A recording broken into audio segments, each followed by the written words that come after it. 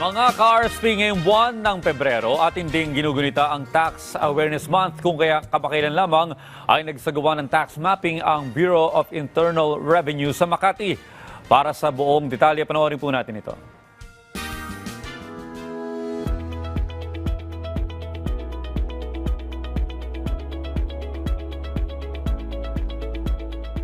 Bilang bahagi ng Tax Awareness Month ngayong Pebrero, sorpresang nagsagawa ng tax mapping o tax compliance verification drive ang mga opisyal ng Bureau of Internal Revenue o BIR sa mga establishmento sa isang mall sa Makati City. Napakahalaga ho nito para sa amin, lalo tigit sa aming region kasi ito yung pagkakataon na kami ay nakapunta dito sa mga taxpayers namin at sila po ay aming naturuan kung paano ang tamang pag-comply sa mga bookkeeping requirements at kung ano rin ho, nakikinig din kami sa mga pangangailangan nila, sa needs nila. At narito rin ho kami upang i-guide sila, turuan kung ano pa ang mga dapat nilang gawin para makakomply sila sa ating tax laws at regulation.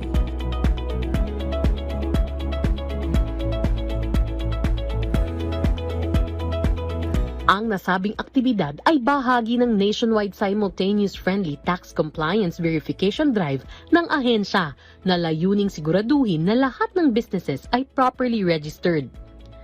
Pinaalalahanan din nila ang mga negosyante sa tamang paggamit ng official receipts at invoices. At ang lalo pang pagpapalakas ng transparency at accountability sa business sector. This is a friendly tax compliance verification drive. Wala ho tayong ipinapataw na penalties. Hindi ho tayo maniningil ng penalties kung mayroon man silang violation sa ating laws or regulations. Mahalaga ho ito kasi unang-una ito ay itinatadhana ng batas. Requirement ho ng batas na kayo ay dapat mag-comply, mag-register at magbayad ng tax. Kasi alam naman ho natin na ang tax ang ating lifeblood. So kung hindi ho sila magre-register, hindi ho sila makakabayad.